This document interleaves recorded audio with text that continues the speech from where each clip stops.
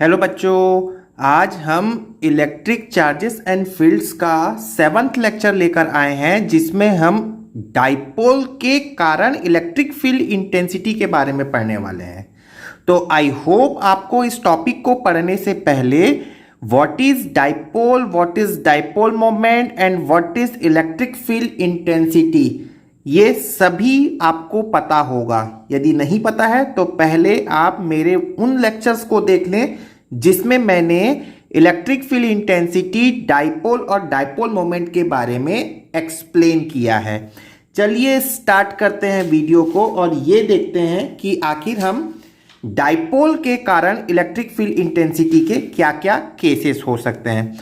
तो मैंने यहाँ पर आपको ये बताने की कोशिश की है शुरू के 3-4 मिनट में कि आखिर आप पढ़ने क्या वाले हैं, ठीक है ना।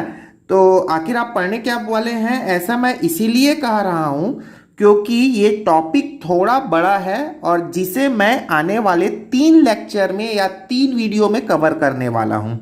तो अभी मैं आपको ओवरव्यू दे देता हूँ कि अभी आप पढ़ क्या रहे हो, जस्ट ओवरव्यू 2-3 मिनट में, फिर हम आगे इनको कुछ डेरिवेशंस करने वाले हैं बोर्ड के लिए बहुत इंपॉर्टेंट। तो आप वीडियो को लास्ट तक देखें क्या होने वाला है। सबसे पहले आप ये समझना कि यहां पर मैंने लिया है एक डाइपोल -q + q का एक सेट लिया है जिसके बीच का डिस्टेंस है 2l, ठीक है। मिड पॉइंट है और l हाफ में डिवाइड कर दिया, ठीक। ये एक डाइपोल हो गया, ठीक है। अब इस डाइपोल के जो चार्जेस हैं उनको मैंने एक लाइन से मिला दिया और इस लाइन को मैंने एक्सटेंड कर दिया, ठीक है। एक्सटेंड करने के बाद कुछ डिस्टेंस पे मैंने एक पॉइंट m लिया। कितने डिस्टेंस पे? x डिस्टेंस पे। ये x डिस्टेंस कहां से है? इस डाइपोल के मिड पॉइंट से x डिस्टेंस पे। तो डाइपोल के मिड पॉइंट से एक्सेस पे, इसी का एक्सेस बोल दिया इसको, यहां पर इलेक्ट्रिक फील्ड की इंटेंसिटी क्या होगी। तो एक केस मेरे पास में क्या हो गया, at the axis of dipole, इसी को ही कोएक्सियल पोजीशन बोलते हैं और हिंदी में बोलते हैं अक्षीय स्थिति। तो किसी डाइपोल के अक्षीय स्थिति में इलेक्ट्रिक फील्ड इंटेंसिटी क्या होगी, ठीक है। और ये इलेक्ट्रिक फील्ड इंटेंसिटी डाइपोल के मिड पॉइंट से x डिस्टेंस पे लिया है। तो आपको मैं शुरू में सजेस्ट ये करूंगा कि आप ये डायरेक्टली फॉर्मूला लर्न करो, फिर हम इसका डेरिवेशन भी बताने वाले हैं। तो डायरेक्टली फॉर्मूला क्या होगा ऐसे सिचुएशन में, E = k 2p/x³ where k is the 1/4πε0 for vacuum, और इसके लिए वैल्यू आपको पता होगा 9 × 10⁹। यदि वैक्यूम नहीं है, किसी मीडियम में ये रखा हुआ है, ये सेट यदि किसी मीडियम में रखा हुआ है तो ε0 के प्लेस पे हम रिलेटिव परमिटिविटी रखने वाले हैं, ठीक है। और ये P क्या है? ये P होता है डाइपोल मोमेंट जो कि चार्ज इनटू उनके बीच का डिस्टेंस होता है। पूरा explanation how this formula comes ये अभी हम देखने वाले हैं थोड़ी देर के बाद, बट आप स्टार्टिंग में ये देख लो कि क्या क्या पोजीशन हो सकता है। तो पहले होती है अक्षीय स्थिति, एक्सियल पोजीशन पे डाइपोल के, ठीक है। सेकंड होता है ऑन द इक्वेटोरियल लाइन, या आप इसको ये बोल सकते हैं परपेंडिकुलर बाइसेक्टर, और हिंदी में बोलते हैं निरक्षीय स्थिति। तो सेम अगेन मैंने एक डाइपोल लिया -q + q और इसको मिलाने वाले लाइन के मिड पॉइंट से x डिस्टेंस पे हम ऊपर गए या नीचे आ गए, दोनों में से कोई भी एक। तो ऊपर जो लिया x डिस्टेंस पे एक पॉइंट लिया, सपोज पॉइंट m है, तो इस m पॉइंट पे मुझे इंटेंसिटी फाइंड आउट करना है। इसी पोजीशन को हम क्या बोलते हैं? Equatorial position. तो इस पोजीशन पे इलेक्ट्रिक फील्ड इंटेंसिटी होती है k = kp/x³। ये दो जो हैं k और p मैंने बता दिया, ये जो दो फॉर्मूला आपको डेरिवेशन इनका बोर्ड में बहुत पूछा जाता है, तो ये बोर्ड पॉइंट ऑफ व्यू से भी मैं इनका डेरिवेशन बताने वाला हूं। फॉर्मूला डायरेक्ट लर्न करो आप, और क्योंकि आपको ऑब्जेक्टिव के लिए जरूरत पड़ेगा। और सबसे इंपॉर्टेंट जो बोर्ड में तो नहीं पूछा जाता बट ऑब्जेक्टिव IIT वगैरह में पूछ लेते हैं, अभी मैंने आपको 2 पोजीशन बताया, एक एक्सियल पोजीशन और एक इक्वेटोरियल पोजीशन। इन दोनों के अलावा यदि कोई भी पोजीशन ले ले तो एट एनी पॉइंट, सपोज ये डाइपोल है, ठीक है, इस डाइपोल का वही अगेन 2l डिस्टेंस है, और इस डाइपोल से कोई भी एक पॉइंट ले लिया जो इस डाइपोल के प्लस q चार्ज से थीटा एंगल बना रहा है, ठीक है, और ये जो पॉइंट है वो डाइपोल के मिड से x डिस्टेंस पे है, तो ऐसे सिचुएशन पे जो E की वैल्यू होती है, नेट इलेक्ट्रिक फील्ड इंटेंसिटी होती है, वो होता है k p by x cube under root of 3 cos theta plus 1। यहां पर आप देख सकते हो थीटा की वैल्यू अक्षीय स्थिति में, मतलब एक्सियल पोजीशन में थीटा की वैल्यू कितनी हो जाएगी, 0 हो जाएगी। यदि आप 0 रख देंगे तो cos 0 कितना होता है, 1, तो आपको यही फॉर्मूला मिल जाएगा, ये वाला, ठीक है। अदरवाइज आप यदि इस पोजीशन पे बात करें तो थीटा कितना है, 90 डिग्री, तो आप इस फॉर्मूले में यदि 90 डिग्री पुटअप कर लें, ये वाले फॉर्मूले पे यदि आप 90 डिग्री पुटअप करते हैं तो आपको ये फॉर्मूला मिल जाएगा। तो बेहतर है कि आप यही फॉर्मूला लर्न कर लो ताकि आपको प्रॉब्लम सॉल्व करने में कोई दिक्कत ना हो। चलिए अब मैं अभी इन 3 फॉर्मूले को डिराइव करने वाला हूं अपने नेक्स्ट 3 वीडियो में। आज के वीडियो में हम इस फॉर्मूले को डिराइव करने वाले हैं, अगले 2 वीडियो में मैं इन 2 फॉर्मूले को डिराइव करने वाला हूं, ठीक है। तो चलिए देख लेते हैं क्या इसका बहुत शॉर्टकट सा डेरिवेशन देखते हैं। तो सबसे पहले स्टार्ट करते हैं, उस डायग्राम को मैं बना दूं। तो सपोज मेरे पास में 2 चार्ज हैं, एक है -q और एक है +q, और इनके बीच का डिस्टेंस है 2l। इनका मिड पॉइंट मैंने यहाँ कंसीडर कर लिया, और मिड पॉइंट से सपोज एक पॉइंट ले लिया m, और m का मिड पॉइंट से डिस्टेंस है x। तो इस पॉइंट पे आपको क्या फाइंड आउट करना है, electric field intensity find out करनी है, और इसी को मैंने क्या कह दिया है, एक्सियल पोजीशन, ठीक है। नाउ अब आप देखना, ध्यान से सुनोगे, +q के कारण इस पॉइंट पे इलेक्ट्रिक फील्ड इंटेंसिटी का डायरेक्शन इधर होगा क्या, बिल्कुल होगा, क्योंकि मैं बता चुका हूं कि +q के कारण इलेक्ट्रिक फील्ड इंटेंसिटी का जो डायरेक्शन होता है वो away from the positive charge. Suppose मैं इसको E1 कह देता हूं, ठीक है। नाउ दूसरा, -q के कारण इसी पॉइंट पर इलेक्ट्रिक फील्ड की जो इंटेंसिटी है वो इस डायरेक्शन पे होगी, और वो होगा E2, ठीक है। क्या E1 और E2 सेम है या इक्वल है, तो नहीं। आप देख सकते हैं +q से इस पॉइंट का डिस्टेंस और -q से इस पॉइंट का डिस्टेंस अलग अलग है। तो हम बात कर लेते हैं आखिर E1 और E2 में बड़ी कौन सी होनी चाहिए, तो definitely E1 should be greater than E2, ठीक है ना। चलिए अब E1 और E2 की वैल्यू क्या होती है। E1 है इलेक्ट्रिक फील्ड इंटेंसिटी, तो क्या होनी चाहिए, इलेक्ट्रिक फील्ड इंटेंसिटी का फॉर्मूला क्या होता है, 1/4πε0। मैं अब इसको K ले लेता हूं, K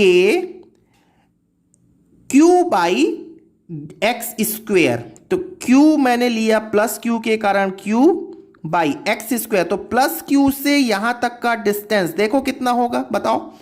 तो आप बोलोगे कि इस मिड पॉइंट से यहां तक का डिस्टेंस कितना है, l है, ठीक है। मिड पॉइंट से यहां तक का डिस्टेंस l, मिड पॉइंट से यहां तक का डिस्टेंस x, तो यहां से यहां तक का डिस्टेंस कितना होना चाहिए, यहां से यहां तक का डिस्टेंस कितना होना चाहिए, तो ये हो गया x - l। तो मैंने यहां पर लिख लिया x - l का होल स्क्वायर, क्लियर हो गया। नाउ E2 क्या होगा बताइए, तो E2 भी वही हो गया K Q/x², मतलब डिस्टेंस का स्क्वायर। यहां पर डिस्टेंस क्या होगा ये देखिए, तो यहां से -q से इस पॉइंट का डिस्टेंस कितना होगा, टोटल x + l, क्योंकि यहां से ये मिड पॉइंट है, l हो गया, तो यहां पर मैंने बोल दिया x + l का होल स्क्वायर। अगेन मैं बोल देता हूं, इलेक्ट्रिक फील्ड इंटेंसिटी का फॉर्मूला क्या होता है, वैक्यूम के लिए होता है 1/4πε0, जिसको मैं K कह रहा हूं, Q बाई डिस्टेंस का स्क्वायर। अब +q से डिस्टेंस आपने लिखा लिया x - l, और -q से डिस्टेंस आप इस पॉइंट का फाइंड आउट कर लिए x + l, ठीक है। अब यदि मैं नेट इंटेंसिटी की बात करूं तो नेट इंटेंसिटी क्या होना चाहिए, ई मैंने बोल दिया। इस पॉइंट एम पे E1 का डायरेक्शन इधर है, E2 का डायरेक्शन इधर है, तो नेट इंटेंसिटी क्या होनी चाहिए, E1 माइनस E2। E1, अब हम E1 और E2 का एक्सप्रेशन यहां पर पुटअप कर लेते हैं। E1 हमने ये फाइंड आउट किया है, क्या होता है E1 के Q by x minus L का होल स्क्वेयर माइनस के Q by x plus L का होल स्क्वेयर। बस आपको कुछ नहीं करना होगा, अब आप इसको सॉल्व कर लें और फाइनल एक्सप्रेशन आपको मिल जाएगा।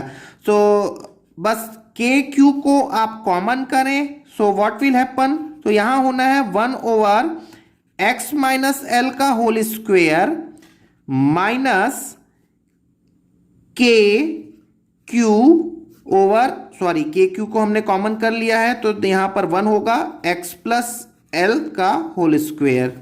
ठीक है, नाउ अब आप इसको सॉल्व करें, आगे कंटिन्यू करते हैं। तो के क्यू, यदि मैं यहां पर एलसीएम लेता हूं तो एलसीएम हो जाएगा x plus L x minus L का होल स्क्वेयर।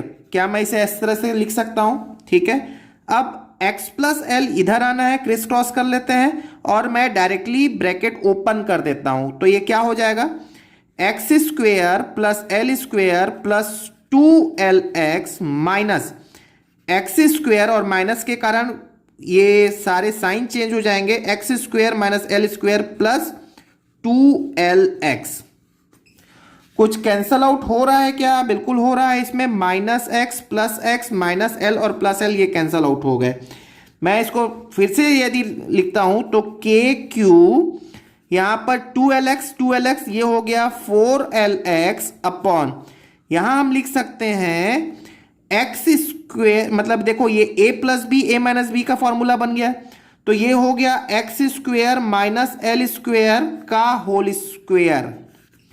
ठीक है, क्लियर हो गया क्या?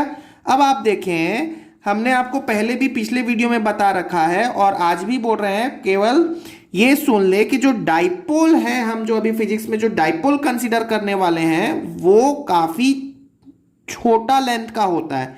मतलब जो दो चार्जेस हमने यहां पर पुटअप किया है, ये जो दो चार्जेस हैं, इन दो चार्जेस का बीच का डिस्टेंस बहुत कम है। ये L का डिस्टेंस, ये L बहुत छोटी वैल्यू है, ये L बहुत छोटी वैल्यू है, इवन 2L वैल्यू बहुत छोटी वैल्यू, किसके कंपेयर में? इस X के कंपेयर में। ठीक है, तो क्या मैं ये कह सकता हूं कि L is very very less than compare to X, मतलब L को मैं अभी क्या कर देता हूं, नेग्लेक्ट कर देता हूं फॉर अवर कन्वीनियंस। हमने अपने कन्वीनियंट के लिए x को नेग्लेक्ट कर दिया, L को नेग्लेक्ट कर दिया, किसके कंपेयर में? x के कंपेयर में, क्योंकि x L की तुलना में बहुत बड़ा वैल्यू है। ठीक है, यदि मैं L को नेग्लेक्ट करता हूं तो फाइनली मेरे पास में क्या बचना है, के क्यू 4lx अपॉन में, ये मैं यदि L को हटा दूं तो x स्क्वेयर का स्क्वेयर मतलब x पावर 4 हो गया। ठीक है, अब आप देखें ये नेट इंटेंसिटी E हमारे पास में फाइनल एक्सप्रेशन आने वाला है, के क्यू, एक x कैंसल हो गए और यहां पर बचना है 4l अपॉन एक्स क्यूब। अब मैं इसको थोड़ा सा और मॉडिफाई करके लिखूं तो E इज इक्वल टू के, यहां मैं ऐसा लिख सकता हूं क्या, 2 into 2l into Q upon x cube. ठीक है, अब मैं Q इंटू 2l क्या होता है याद करो, चार्ज इंटू उनके बीच का डिस्टेंस, यही तो डाइपोल मोमेंट है। तो E इज इक्वल टू क्या हो गया, के 2p by x cube, where P क्या है, P is the dipole moment.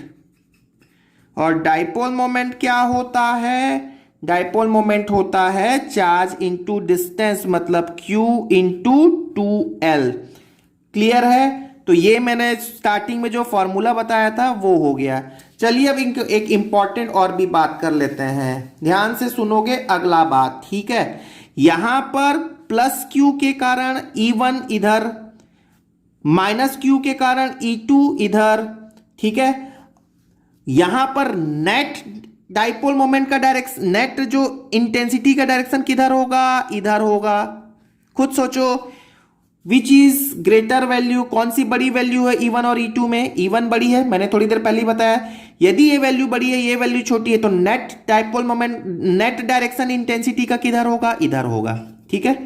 ठीक, अगली बात सुनो, डाइपोल मोमेंट का डायरेक्शन किधर से किधर होता है, याद करो। तो डाइपोल मोमेंट का डायरेक्शन माइनस से प्लस होता है, तो माइनस से प्लस होता है डाइपोल मोमेंट का डायरेक्शन। नेट इंटेंसिटी का डायरेक्शन भी इधर है, तो दोनों का डायरेक्शन सेम है।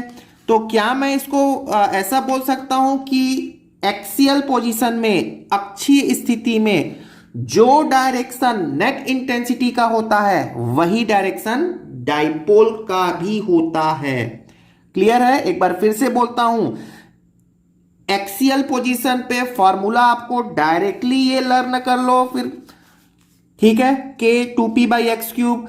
दूसरी बात, ये पहली बात हो गई। दूसरी बात, डेरिवेशन बहुत सिंपल है, डेरिवेशन बोर्ड में बहुत पूछते हैं। और तीसरी बात है इसका डायरेक्शन। डायरेक्शन के लिए लास्ट बार एक बार और कहता हूं कि जो direction net electric field intensity का है वही डायरेक्शन डाइपोल मोमेंट का भी होता है।